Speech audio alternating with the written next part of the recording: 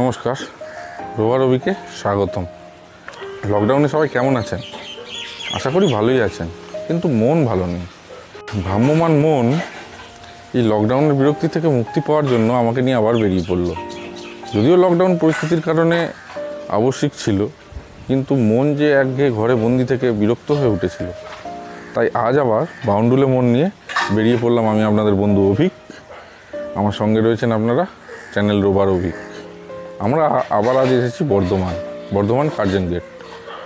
বর্ধমান সম্পর্কে আমার আগের আরও কয়েকটি ভিডিও রয়েছে। আমার চ্যানেল রোবার অভিকে একটি প্লেলিস্ট বানানো আছে, যার নাম হচ্ছে Bardhaman in lights off history, তথা ইতিহাসের আলোকে বর্ধমান।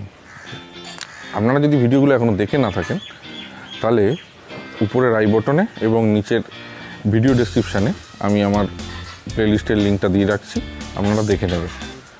আর যারা এই চ্যানেলে নতুন বা যারা এখনও পর্যন্ত সাবস্ক্রাইব করেননি, এই ধরনের ইন্টারেস্টিং এবং তথ্যপূর্ণ ভিডিও দেখতে আপনারা এখনই চ্যানেলটি সাবস্ক্রাইব করে নিন আর বেল আইকনটি প্রেস করে অল নোটিফিকেশানটি সিলেক্ট করে দিন। এর ফলে আমার প্রত্যেক ভিডিও নোটিফিকেশান আপনার কাছে সরাসরি পৌঁছে যাবে। আর হ্যাঁ, লাইক এবং শেয়ার করতে ভুলবেন না কিন্তু।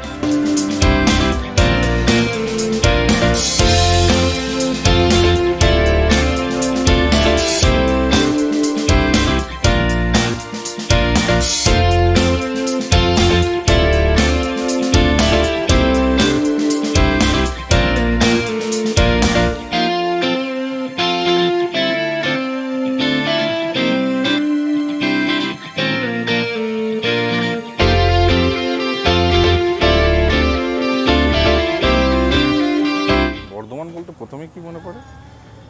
বর্ধমান বলতে প্রথমেই মনে পড়ে কার্জন গেট। আমরা চলে এসেছি কার্জন গেটে। আমার পিছনে আপনারা দেখতে পাচ্ছেন কার্জন গেট। আমার পিছনে বাঁ দিক থেকে ডান দিকে যে রাস্তাটি যাচ্ছে সেটি হচ্ছে জিটি রোড, আর যে রাস্তাটি সোজাসুজি ক্রস করছে সেটি হচ্ছে বিসি রোড বা বিজয় চাঁদ রোড, যার উপরে আপনারা কার্জন গেট দেখতে পাচ্ছেন। মহারাজাধিরাজ বিজয় চাঁদ মহাতাবের রাজ্যাভিষেকের স্মৃতিতে এই গেটটি নির্মাণ করা হয় 1902-1903 খ্রিস্টাব্দে। পরে 1904 খ্রিস্টাব্দে যখন লর্ড কার্জন বর্ধমান ঘুরতে আসেন, তার সম্মানে এই গেটটির নামকরণ করা হয় কার্জন। ইটালি থেকে রাজমিস্ত্রি আনানো হয় এই গেটটি নির্মাণ করার জন্য। এই গেটটি রয়েছে 8টি স্তম্ভের ওপর, গোলাকৃতি স্তম্ভের ওপরে দাঁড়িয়ে, আর চূড়াতে রয়েছে 3 জন মহিলার মূর্তি, যারা তলোয়ার, নৌকা এবং ভুট্টার চারা নিয়ে দাঁড়িয়ে রয়েছে, যেটা চাষবাস এবং বাণিজ্যে উন্নতির স্মারক হিসেবে ব্যবহার করা হয়েছে। এর নিচে 21টি গোলাকৃতি বৃত্তের মধ্যে 21টি গোলাকৃতি চিত্র চিত্রায়িত করা হয়েছে। এক কথায় সুনিপুণ কারুকার্যে একে ভরিয়ে তোলা হয়েছে। ভারতবর্ষ স্বাধীন হওয়ার পর 1954 খ্রিস্টাব্দে রাজতন্ত্র বা জমিদারি প্রথার উচ্ছেদ হয়।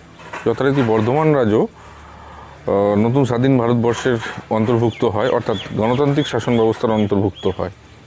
এরপর 1974 খ্রিস্টাব্দে এই গেটটির নাম পরিবর্তন করে রাখা হয় বিজয় তোরণ। আপনারা দেখতে পাচ্ছেন উপরের দিকে লেখা রয়েছে বিজয় তোরণ, কিন্তু তবুও এখনও এই গেটটি কার্জন গেট নামেই বেশি পরিচিত। এই গেটটি বর্তমানে PWD দেখাশোনা বা রক্ষণাবেক্ষণ করছে।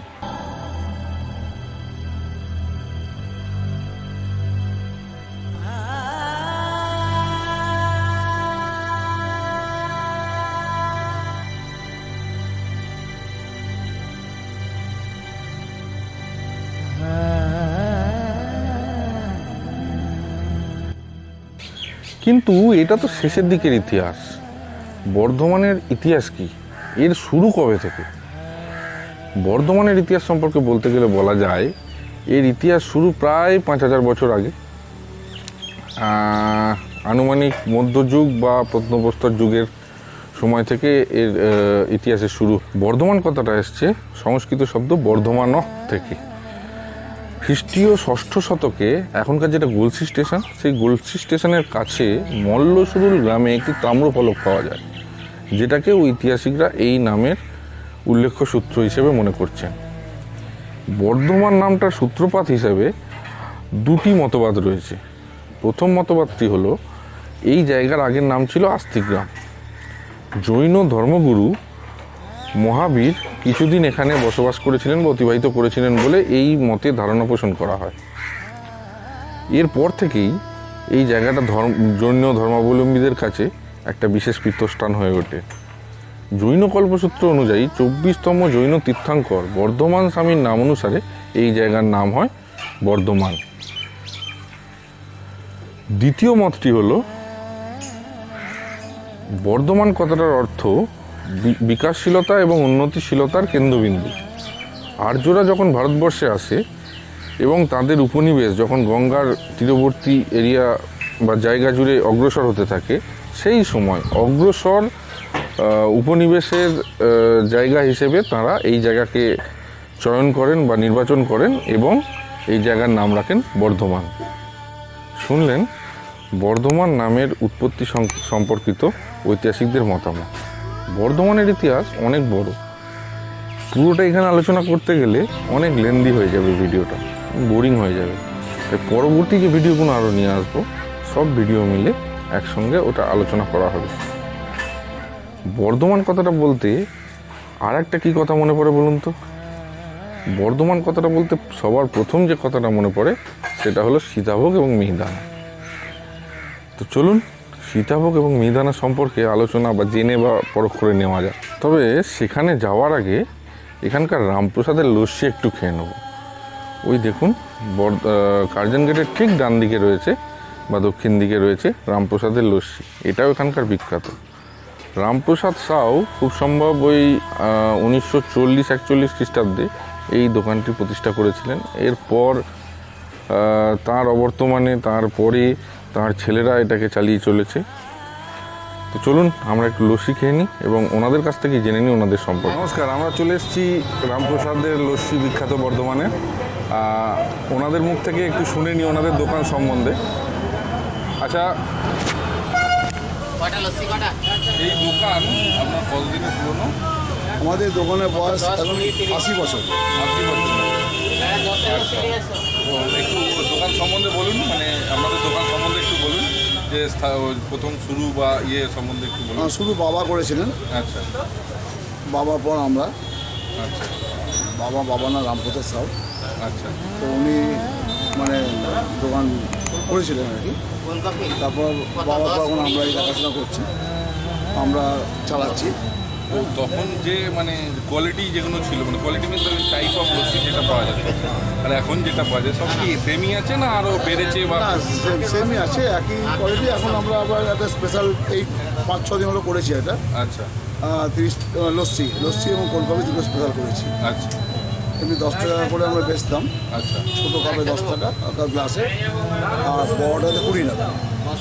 আর এখন আমরা এই 30 টাকা করে করেছি একটা দাম, সেটা স্পেশাল কোল্ড কফি এবং লস্যি।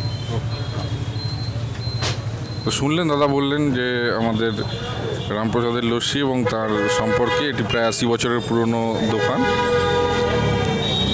ওনার বাবা মিস্টার রামপ্রসাদ সাউ এই দোকান প্রতিষ্ঠা করেছিলেন, তারপর থেকে ওনারা এখন চালাচ্ছেন। তো এরপর চলুন আমরা যাওয়া যাক আমাদের নেক্সট গন্তব্য।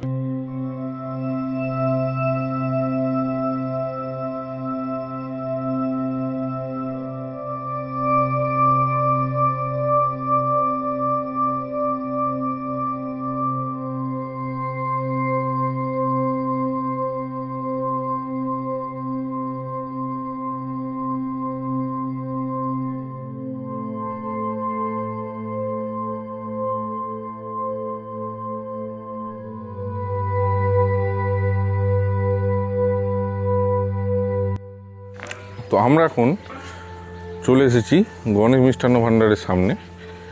পাশে বর্ধমান পৌরসভা, তার পাশেই রয়েছে গণেশ মিষ্টান্ন ভাণ্ডার। এটি বর্ধমানের সীতাভোগ এবং মিহিদানার জন্য বিখ্যাত।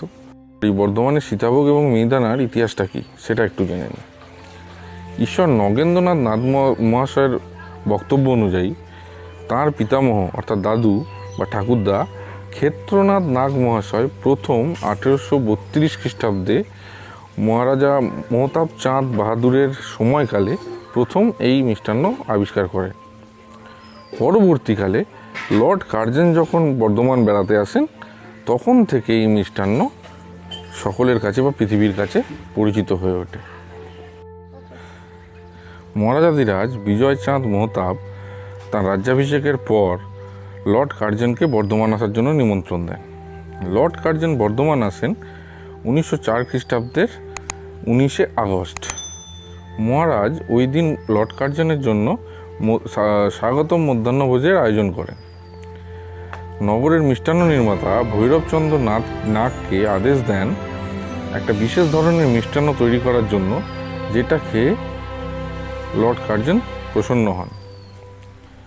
ভৈরবচন্দ্র নাগ শুদ্ধ গাওয়া ঘি দিয়ে তৈরি করলেন সীতাভোগ আর মিহিদানা, যেটা খাওয়ার পর লর্ড কার্জন সর্বসমক্ষে স্বীকার করলেন যে এমন সুস্বাদু মিষ্টান্ন তিনি এর আগে কখনো খাননি। এরপর থেকেই ধীরে ধীরে সীতাভোগ এবং মিহিদানা সকলের কাছে পরিচিত বা বিখ্যাত হয়ে উঠতে থাকে।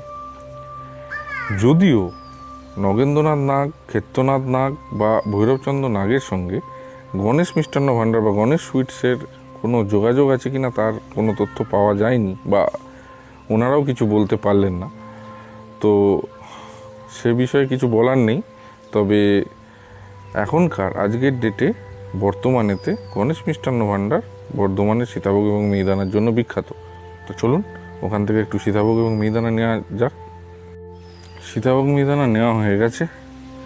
এই পর্বে আপনাদের দেখালাম বর্ধমানের কার্জন গেট, রামপ্রসাদের লস্যি আর বর্ধমানের বিখ্যাত সীতাভোগ ও মিহিদানা। আজকের মতো এই পর্বে শেষ করছি। আশা করছি আপনাদের এই বিষয়গুলি সম্পর্কে বেশ কিছু দেখাতে বা জানাতে পেরেছি। যদি আমার ভিডিওটি ভালো লেগে থাকে তাহলে অবশ্যই লাইক এবং শেয়ার করে দেবেন। আর এই ধরনের তথ্যপূর্ণ এবং ইন্টারেস্টিং ভিডিও দেখতে আমার চ্যানেলটি অবশ্যই সাবস্ক্রাইব করে নিন, আর পাশের বেল আইকনটিতে ক্লিক করে অল নোটিফিকেশানটি সিলেক্ট করে দিন। এর ফলে আমার নতুন ভিডিওর লিঙ্ক বা নোটিফিকেশান আপনাদের কাছে সরাসরি পৌঁছে যাবে। তো কি আজকের মতো আমাকে বিদায় দিন। কোভিড সিচুয়েশানে সাবধানে থাকুন, ভালো থাকুন, সুস্থ থাকুন, আর দেখতে থাকুন রোবা রবি। আজকের মতো এখানেই শেষ করছি। আগামী ভিডিওতে আবার দেখা হবে সামনে শনিবার সন্ধ্যা 6:30। ততক্ষণের জন্য নমস্কার।